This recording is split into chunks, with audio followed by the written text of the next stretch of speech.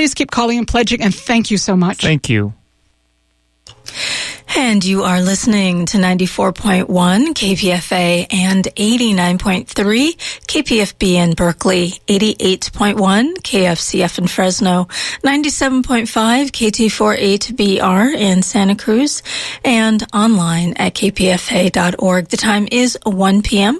Stay tuned next for your own health and fitness.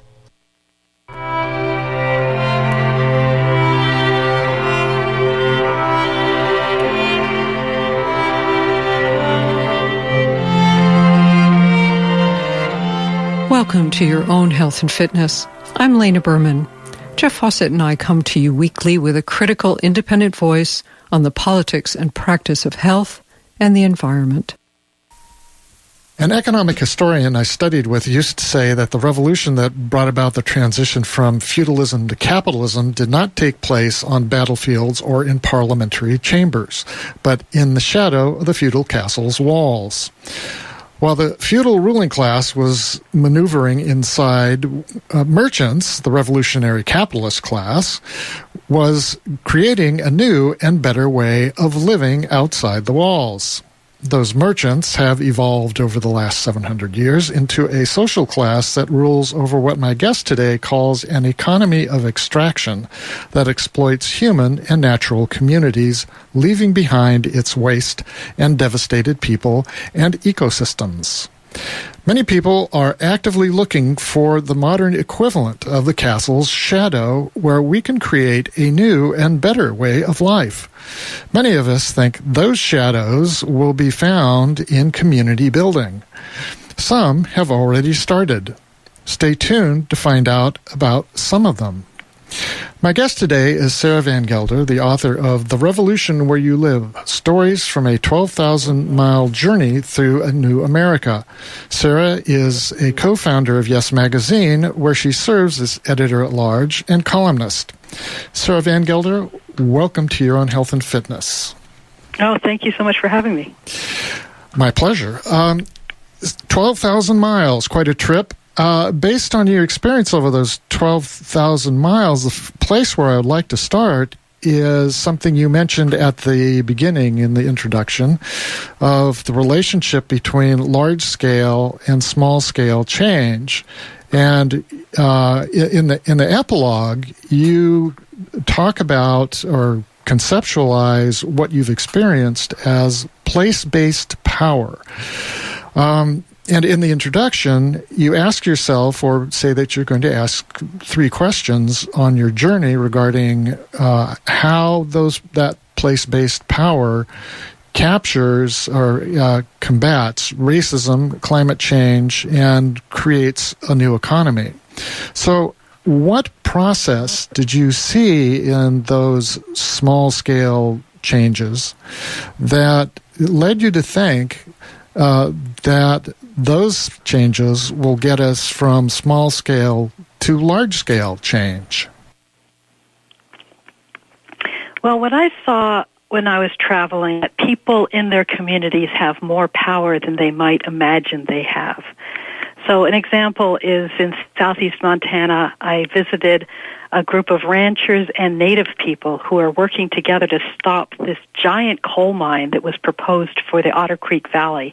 Would have extracted 1.2 billion tons of coal over its lifetime and shipped that coal via a coal terminal in Washington State to Asia. And the devastation to that valley was very clear, but it was also something that would pollute the air in Asia, and people there are dying from the bad air quality, and it would have been contributing to the climate crisis.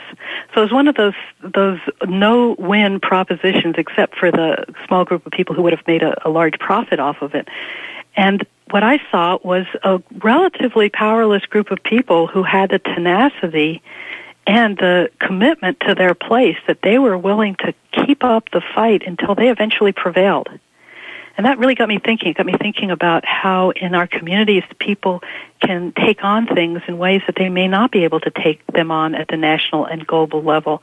And it's something about that commitment to place and that ability to work together, even across divides, like between ranchers and native people, that there's something about a love of place that can bring us together.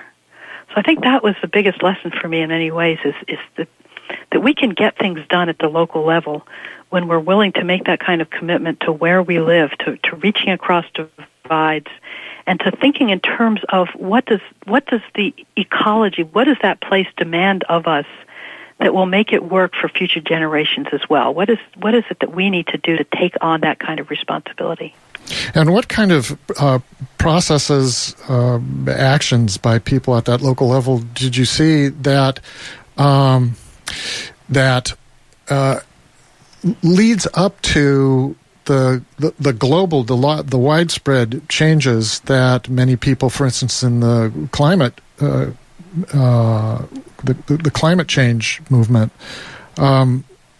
say need to be required? So, for instance, pipelines being put up all over the place, and what you observed was that a community coming together was able to stop a transmission. It wasn't a pipeline, but a transmission line invading their community.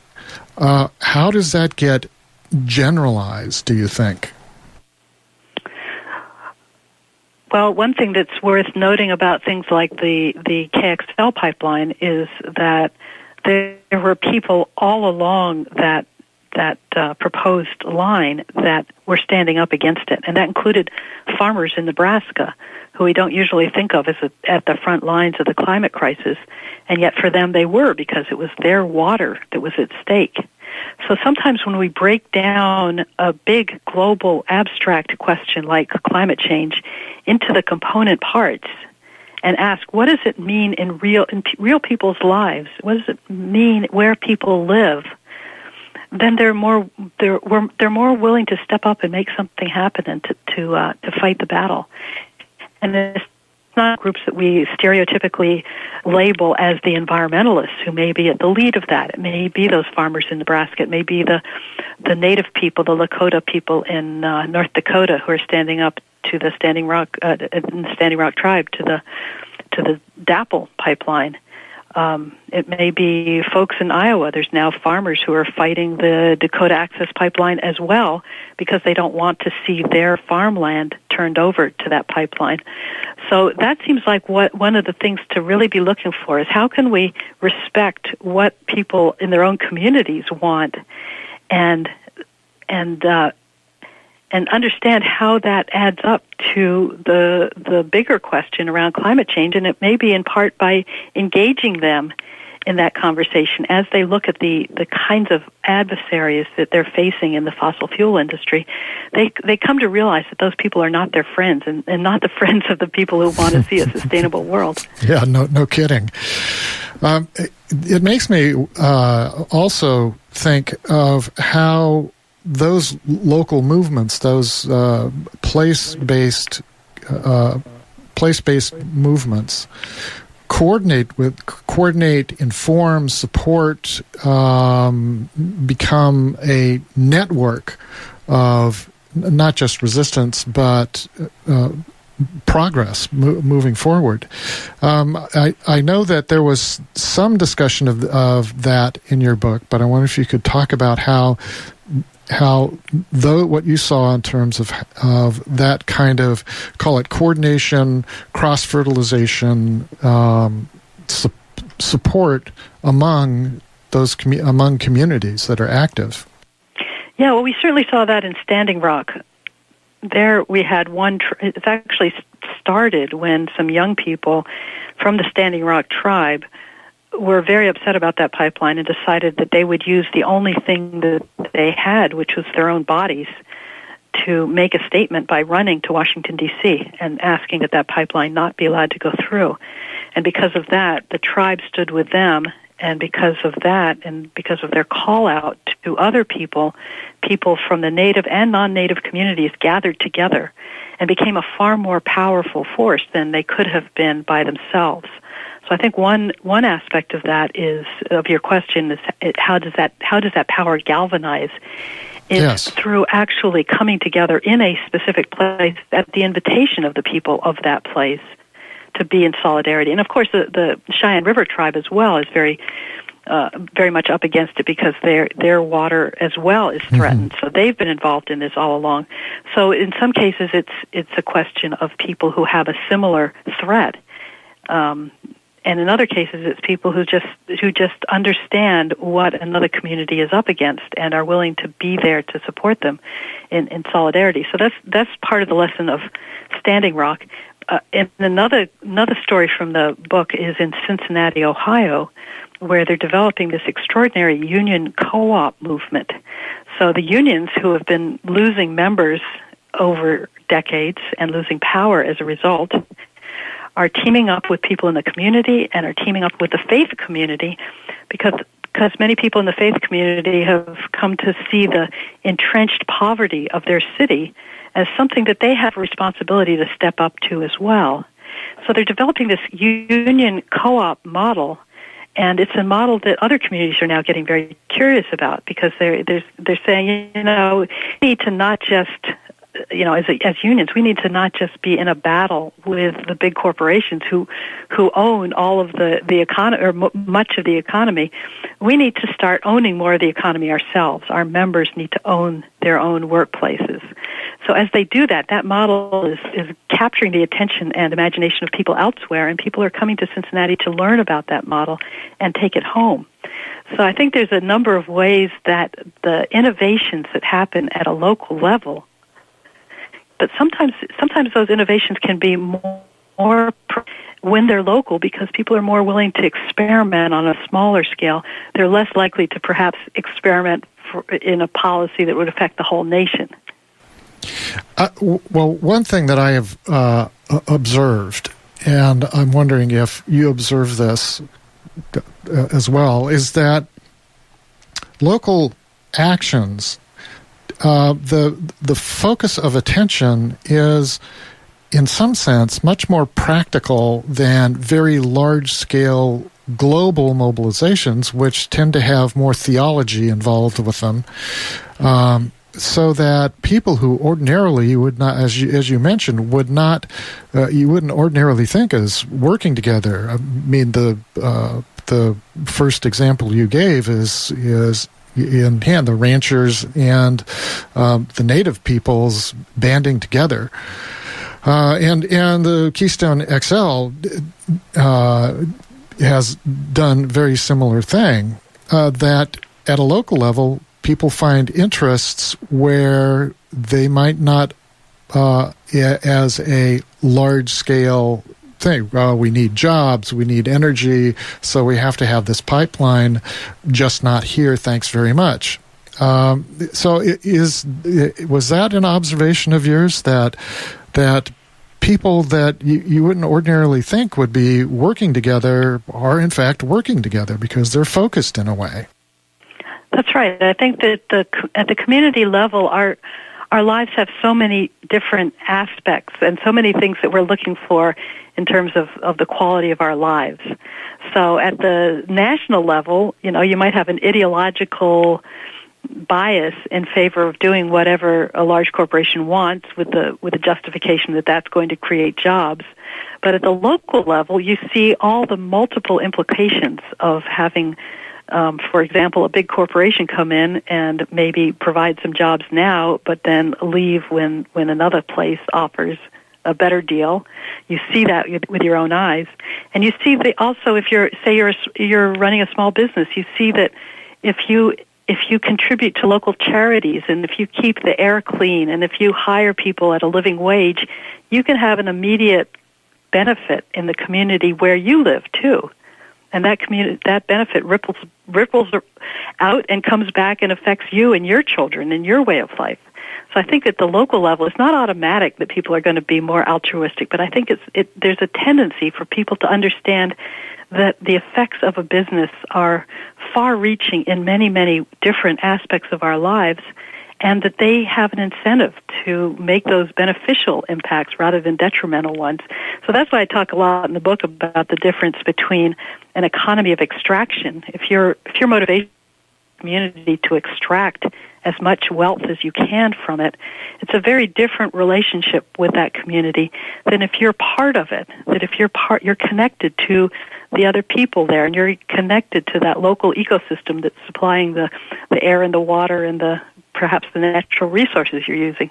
It's a very different way of thinking about what kind of a society we have. And I think, when people think about where they'd actually want to live, I think people would really prefer living in a community that is connected than one that is subject to extraction. You're listening to Your Own Health and Fitness. I'm Jeffrey Fawcett. I'm talking today with Sarah Van Gelder, editor-at-large for Yes Magazine and author of The Revolution Where You Live. One of the things you observe from your 12,000-mile trip is that the food economy is a common entry point for place-based change. How did you see those changes in the food economy rippling out, reaching out, and affecting other aspects of the communities, particularly with regard to the three questions you opened the book with about how small-scale, local-based, place-based change can affect racism, climate change, and creating a new economy?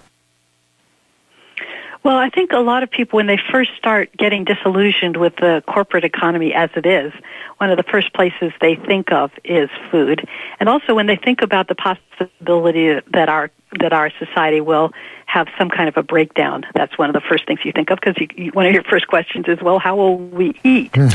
So for a lot of different reasons, I think people come to food early and often when they think about building a new economy. And it makes so much sense because it's what connects us to the place that we live, because we're actually getting food from the soil and from the water where we live.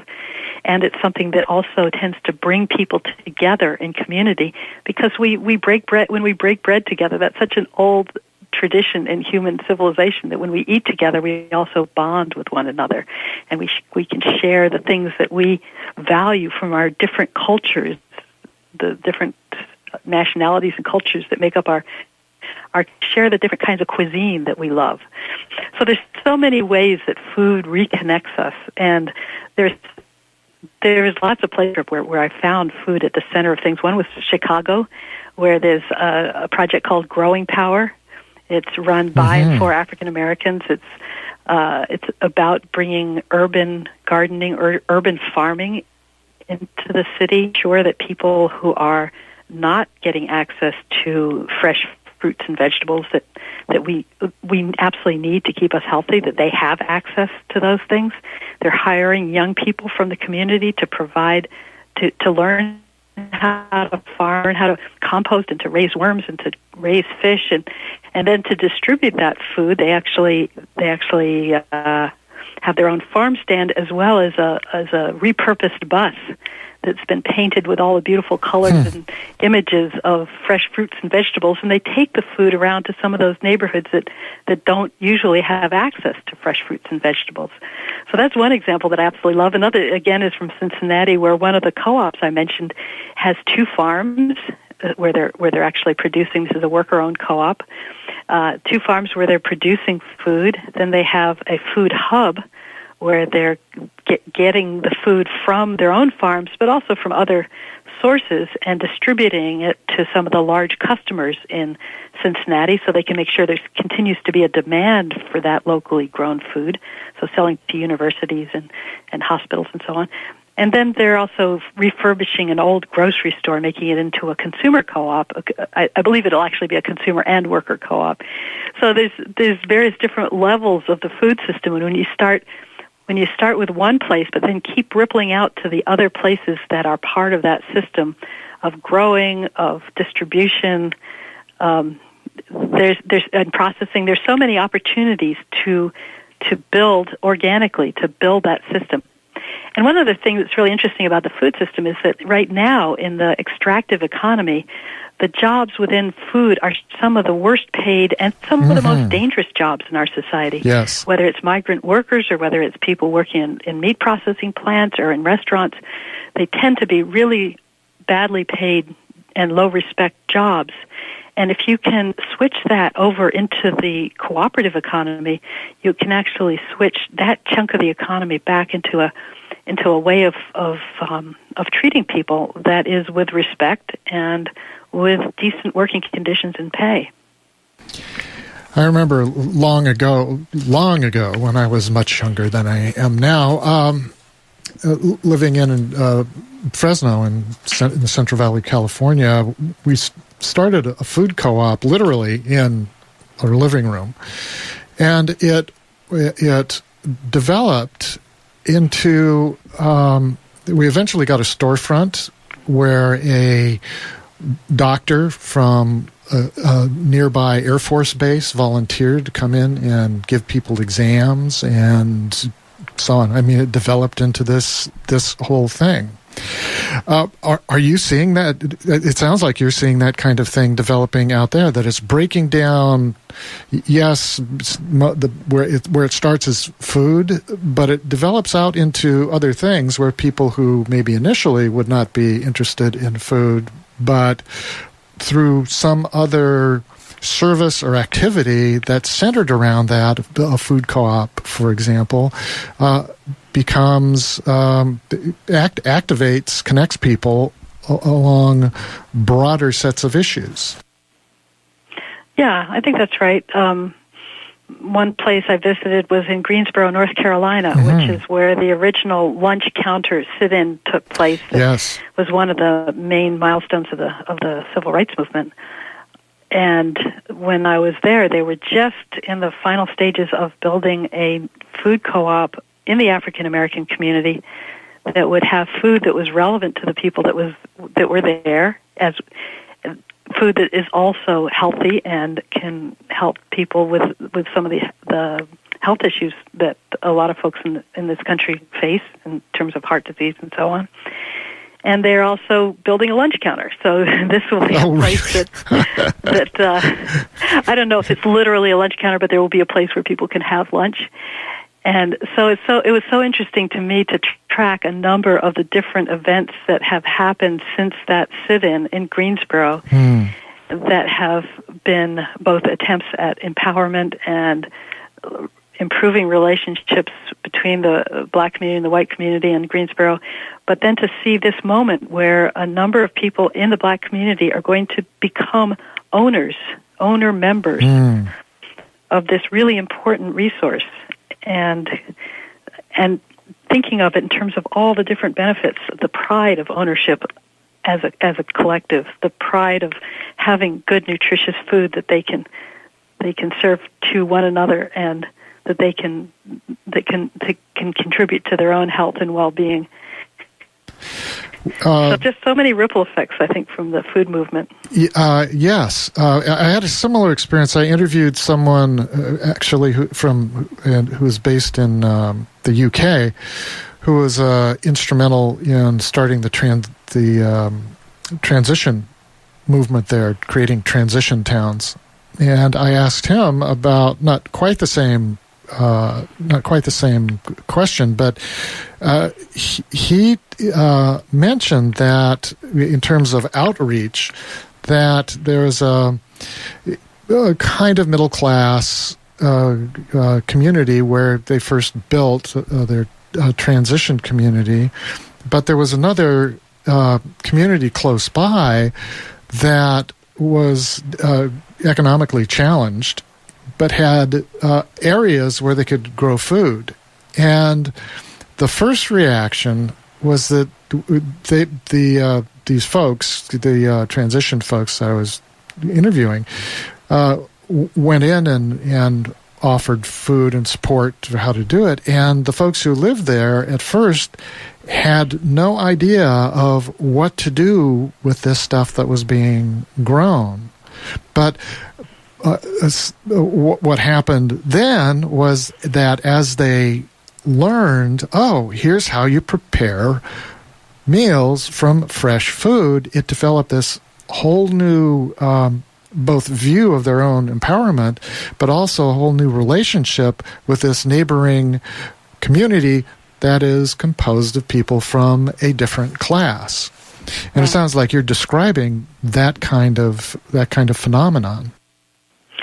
Right, and sometimes it's also an intergenerational coming together. In Detroit, there is a very vibrant community gardening and urban agriculture movement that came called the Gardening Angels, which were predominantly elderly African South who had moved to Detroit as part of the big migration of African Americans. And so these elders had their community garden, had their own gardens before they moved, and they knew how to garden, and they knew what it was like to eat fresh produce. So when they had an opportunity to grow food again, and people who wanted to learn from them, they were a great resource for teaching those skills and also teaching how to cook food that people really love to eat. Yes. In your writing on your trip through Appalachia, you mentioned despair as being something that came to your attention of people in adversity struggling against really difficult conditions. But I was struck by your use of the word despair, and it seems in the kind of work that you're describing that some efforts will inevitably fail. And so I was curious how you saw people recover from adversity and failure. How did they deal with that despair? Well, I think one thing that's really important is that every sector has its failures, right? I mean, if you think about business startups, certainly a number of them are going to fail, and anything that we try to do that's at all ambitious has that possibility of failure. So I think I kind of like the philosophy of fail quickly, which is, try it out, and then if it doesn't work out, be ready to pivot and try something else. But instead of fearing it, that we can think of it as part of the creative process. If we're ambitious enough and if we're creative enough, not everything's going to work out. So part of it's that. I think there's part of it is having a sense of support from other people, so that we know that if something fails, other people have our backs. We're not just out there off. And there's so much I think that's possible when our communities are well connected that way. It's like the old-fashioned barn raising or the old-fashioned, efforts when there's a flood coming in and people get together to fill the sandbags. When you know that you have that kind of backup in the case of a real catastrophe, that people will come together, I think people are more willing to take those kinds of risks. And that also depends on them being risks that are in the common good, because then people support it. They know that your efforts were good-hearted and they want to back you up. And your book, understandably, is a book of successes. Did you see any failures or efforts that had setbacks that people recovered from?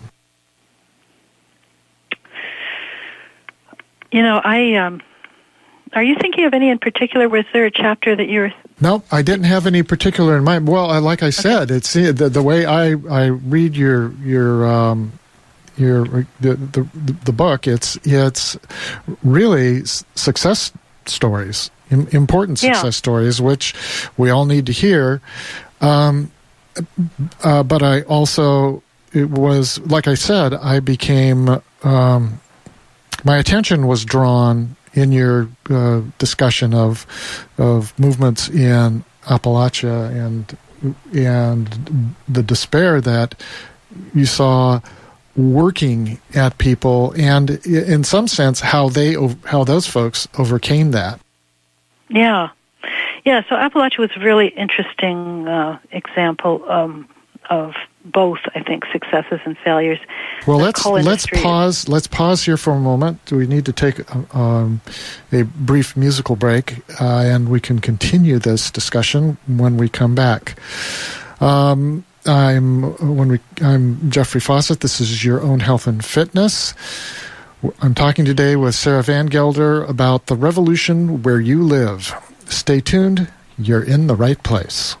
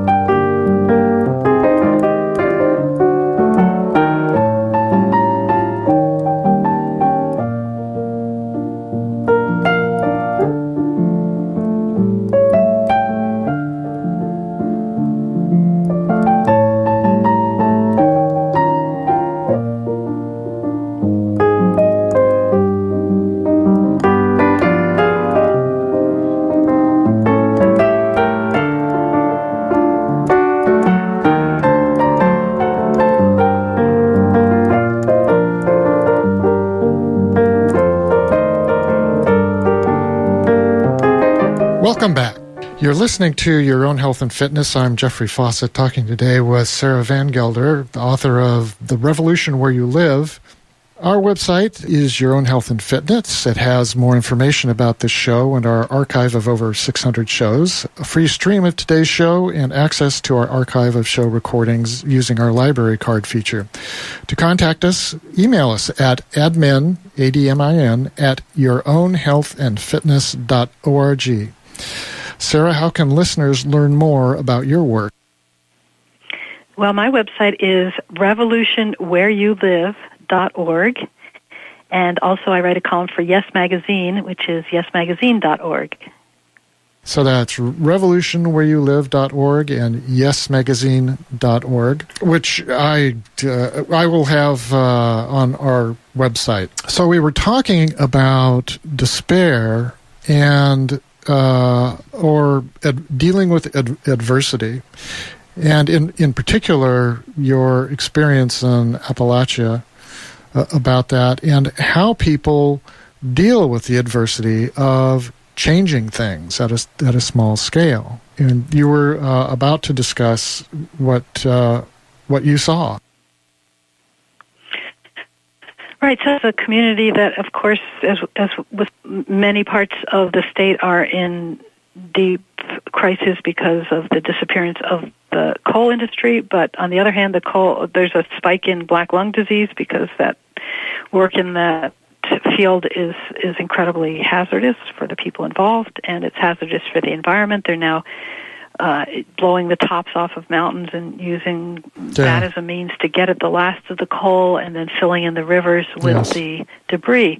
So it's a place where there's a lot of hardship, and the people that I visited were especially the young people who are involved in an organization called Apple Shop, which for a number of years has been working on bringing back the Appalachian culture, but bringing it back not in a way that is just a revision to the 50s or the 60s, but really as a way of saying we have these beautiful traditions of music and art and theater that we can treasure, but that doesn't mean we have to be getting back into the racism and the exclusion that has also been an unfortunate part of that part of the country.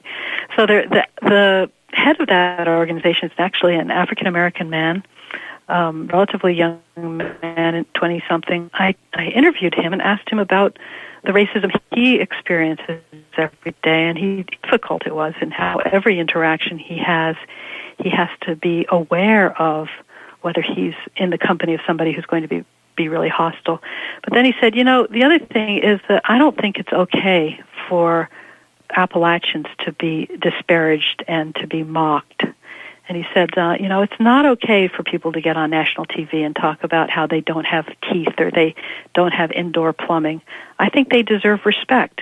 And that's a lot of the work that he's now engaged in, is working to build the capacity of people in those communities to have a voice, to be able to express their own art and their own culture. And the other thing that I found fascinating about that community and that particular project is they have a radio station, and they reach a good number of different communities in the coal field parts of Appalachia, but they also reach something like 7 penitentiaries and jails, because that's been the big economic development strategy for that part of the world, is to build prisons, which is really awful for a whole series of other reasons. But among the people that they're reaching are the inmates in those prisons, and so they have a hip-hop show every Monday night.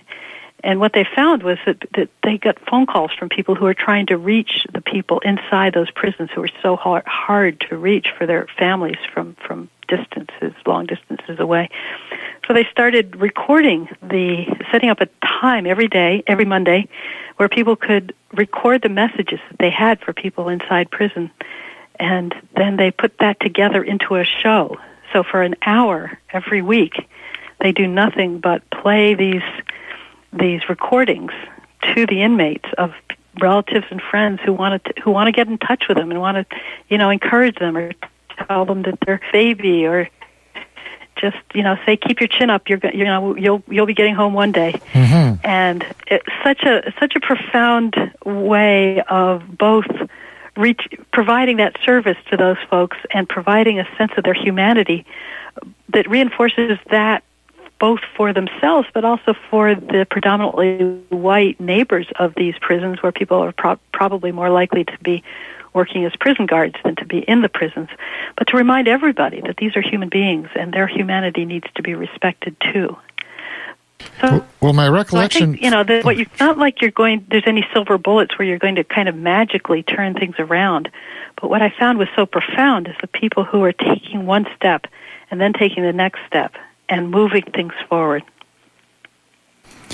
And finding solutions that made sense to them and to the communities they serve. Exactly, and those are not one-size-fits-all solutions. I mean, There's some principles about inclusivity and so on that I think are really important, for myself. But I think a lot of different communities have different particular challenges that they're facing, and it's so interesting to find ways that they are rising to those challenges. One of the issues that comes up for me in this idea of place-based power, local change at a local level, is the ecological concept of resilience, which is about the capacity to recover from shocks to the community. And I don't remember anything from your book that deals specifically with that, but I would imagine that there are elements, at least in some areas, that do have to do with, I prefer not to use the term disaster preparedness, but does look to issues of resilience, the capacity to withstand dislocations to the local culture and economy. Did you see anything's developing like that around the place-based power that you saw developed? Yeah, I mean, I think for a lot of the Rust Belt, the collapse has already come, right? Yes. There's already a sense that people's economic foundations fell out from under them many years ago. And so instead of preparing for what might happen, it was sort of responding to what has already happened. So, yeah, I think, for example, Detroit, the people who are working on bringing back jobs are bringing jobs in the center of the city, and they're predominantly corporate jobs, and they're predominantly for newly arriving white folks. And the African American communities are not being given an opportunity to either have a say in how that unfolds or to benefit from it. So they're still feeling pretty much left out of that particular process, but they're forming their own way of thinking about their future. A lot of it is through what one woman I interviewed called DIT, not DIY, but DIT, do it together. And it involves things like time banking. So it involves things like, saying, well, I'm an artist, I can swap some beautiful art and get some help from somebody else on paperwork, or a clothing exchange where the parents of children bring the kids' clothes together once a year and they can swap them out for ones that fit the kids as they grow. It's things like the Insight Fab Lab, which is an amazing project of doing computer-generated 3D printing, and they're fabricating things ranging from sustainable homes all the way down to smartphones. So it's all sorts of different ways of rethinking the economy so that it's about what do people need, how can they meet their needs, rather than about how do you create a certain amount of cash flow, which is what we call economic growth, when the cash flow may or may not actually benefit people on the ground. Hey folks, it's Lena Berman and Jeff Fawcett sitting here together, looking out on our first rain of the season. And it's really raining here. It's very beautiful. We're very grateful. I want to talk to you today about commitment. And I don't mean it in that kind of groany kind of, oh God, like when two people start talking about commitment too soon and stuff. I'm talking about the kind of commitment that people who listen to the station and contribute to the station have to this station and the mission of the station, and also to the planet and to other people. We have that kind of commitment, but there are people out there who haven't quite stepped up. I think people have been so overwhelmed by the bad news and the horrifying news and the incredible gap between things that make sense and seem human and seem life-affirming and the things that are just lying things and dark things and power things and anti-life things and anti-planet things. The gap is so huge, there's just nothing in the middle, that people just shut down and disassociate. But what we need today is commitment. We need commitment.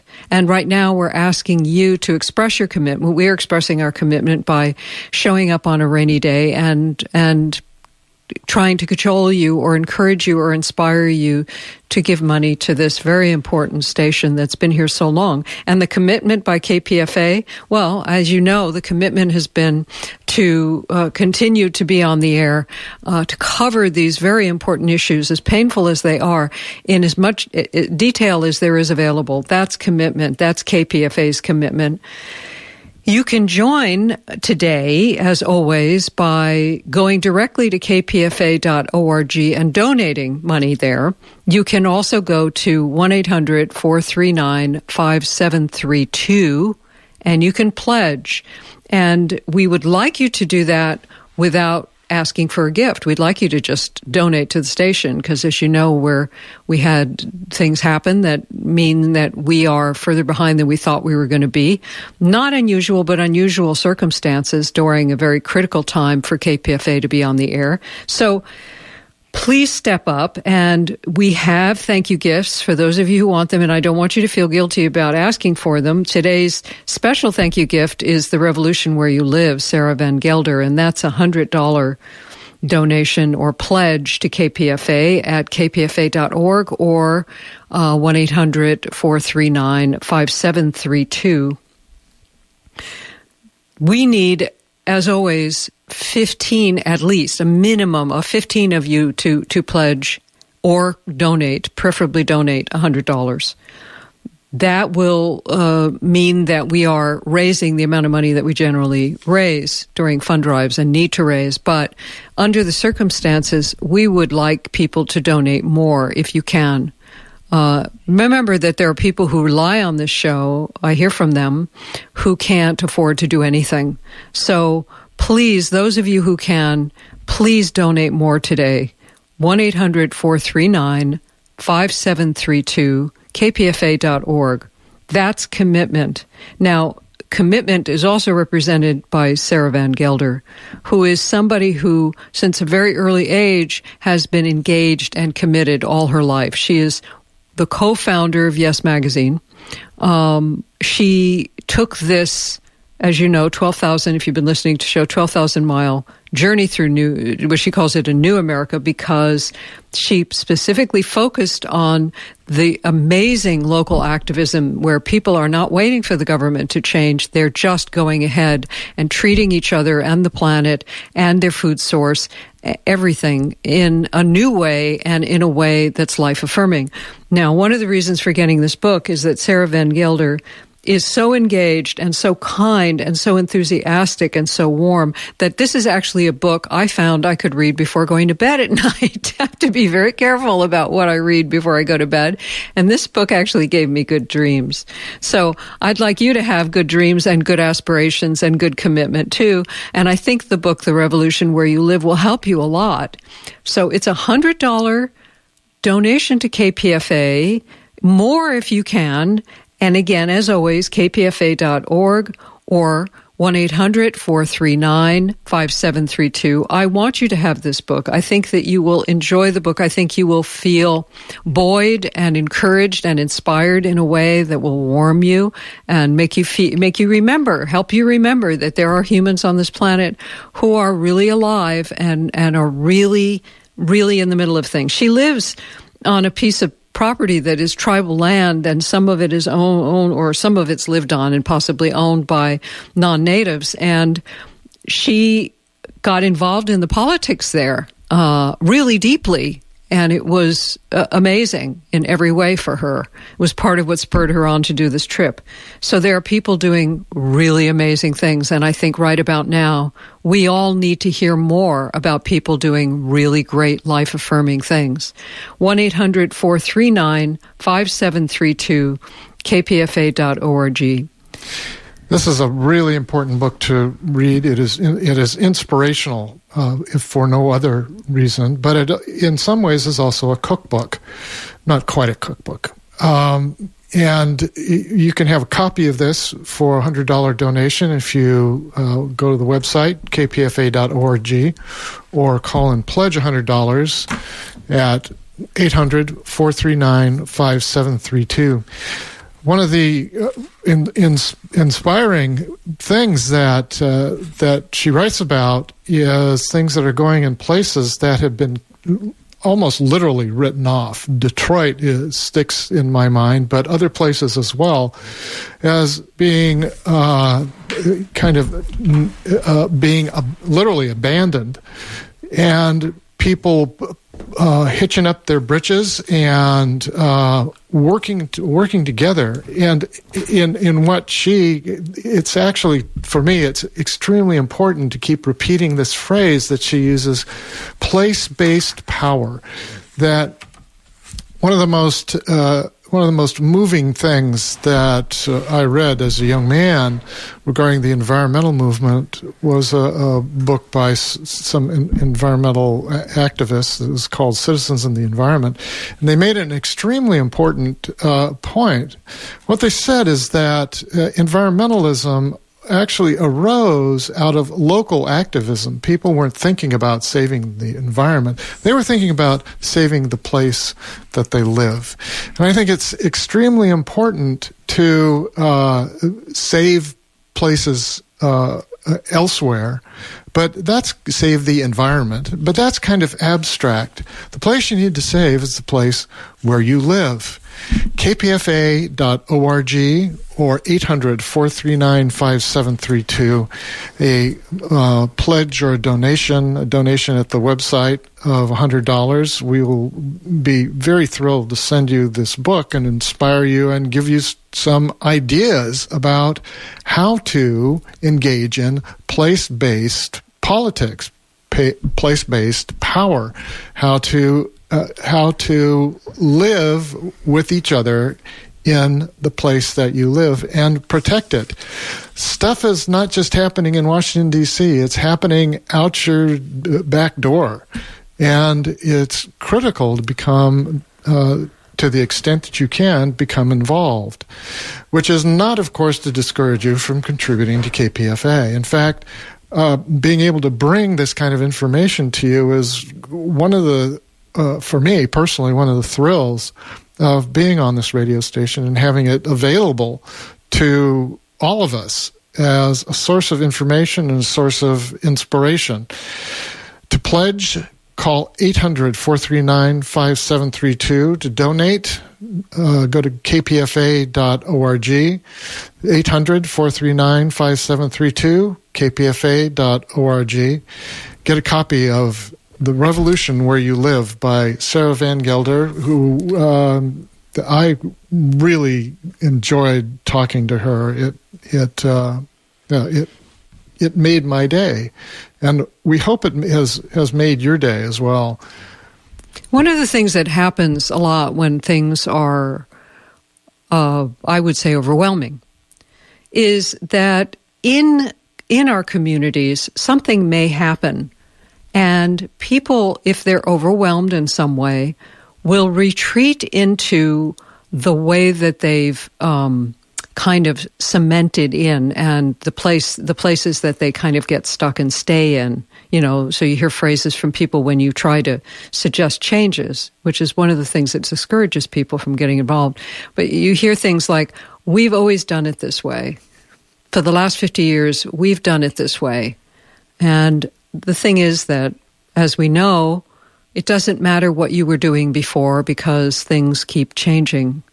Even good things change. So, for instance, when PG&E comes out and says they're going to mow down all the trees in our area and on our property because they want a freeway under their power lines in wooded areas, we said no.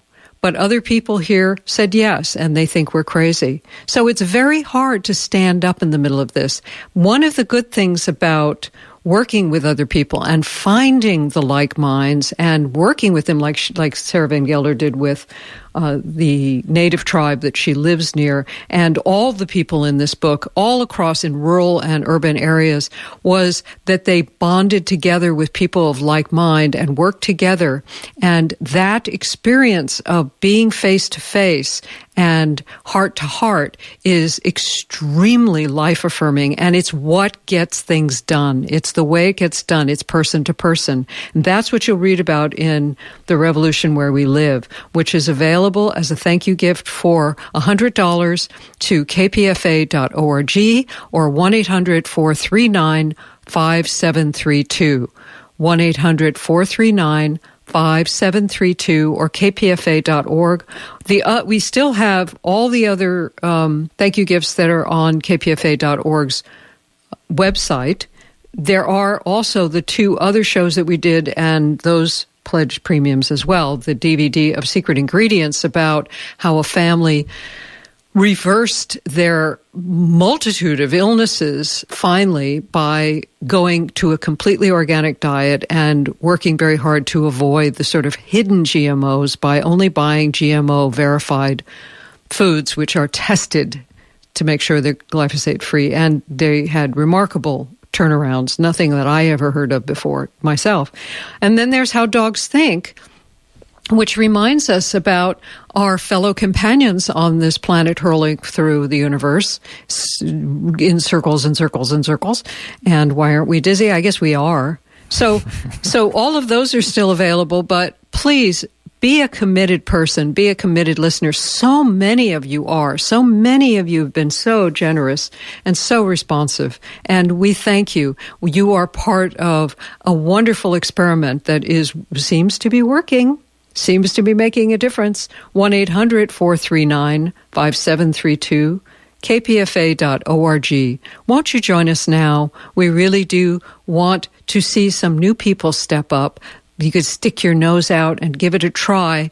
This first step of engaging and offering what you can to the station is a way of joining heart to heart. And I can't tell you how powerful that is when it happens, how much energy you get from it. Even donating to the station is a way of joining and being committed instead of being disassociated, depressed, and disengaged. 1-800-439-5732, kpfa.org. Join this family of people who are extremely committed. Do you ever wake up in the middle of the night and you are terrified? You're anxious, you're afraid? A great piece of psychological advice is to simply focus on where you are right now. Yes, you feel frightened. Yes, you feel anxious. But how are you right now? Well, you're in your bed. You're nice and warm. You're resting.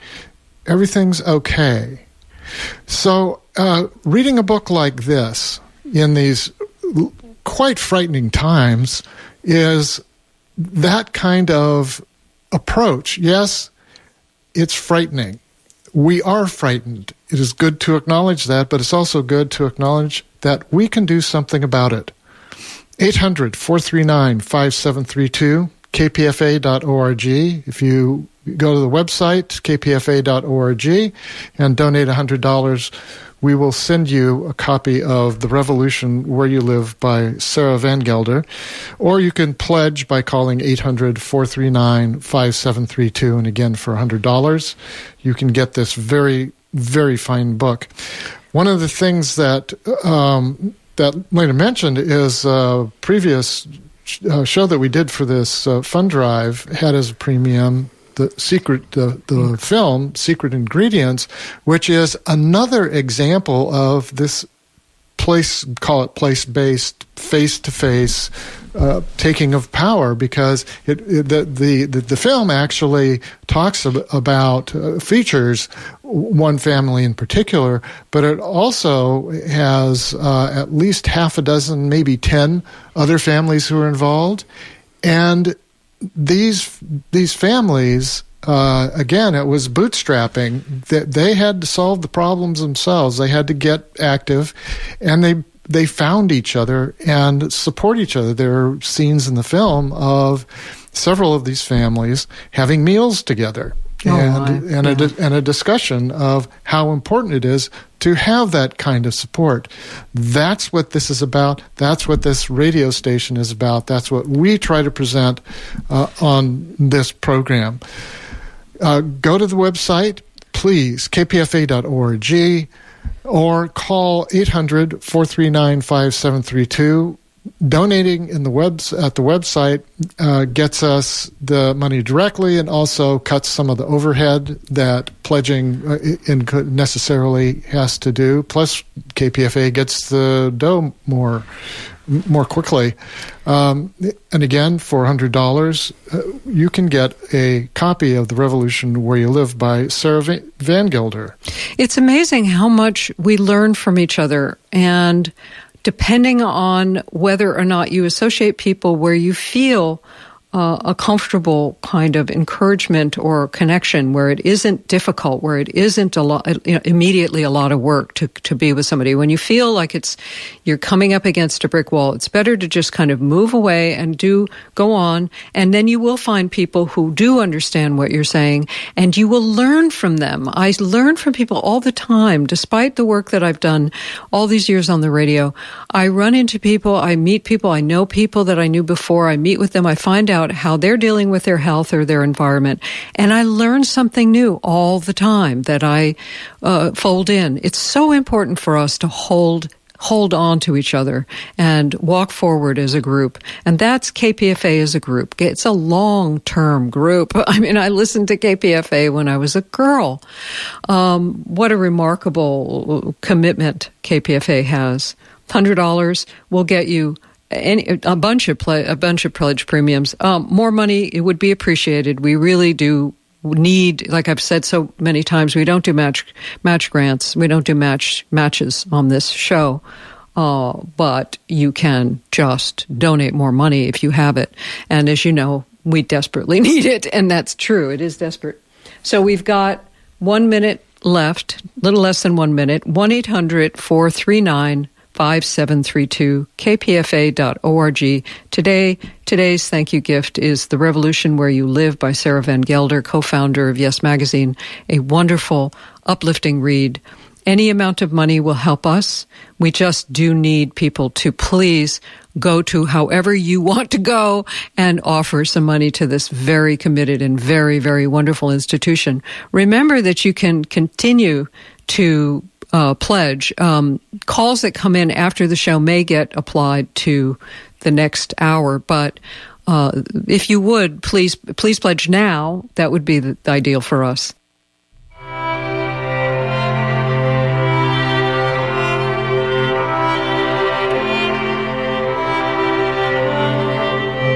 I want to thank you all for listening, and those of you who have pledged, I'm so very, very grateful to you. Again, as I said, thanks for joining us today. Visit our website, yourownhealthandfitness.org, for information about this show and almost 700 other shows, free access to recordings, to all of them. They're all downloads now. A free newsletter about upcoming shows, and there's more at yourownhealthandfitness.org, all spelled out. We're produced by me, Lena Berman, and him, Jeff Fawcett, Jeffry Fawcett. Remember, being informed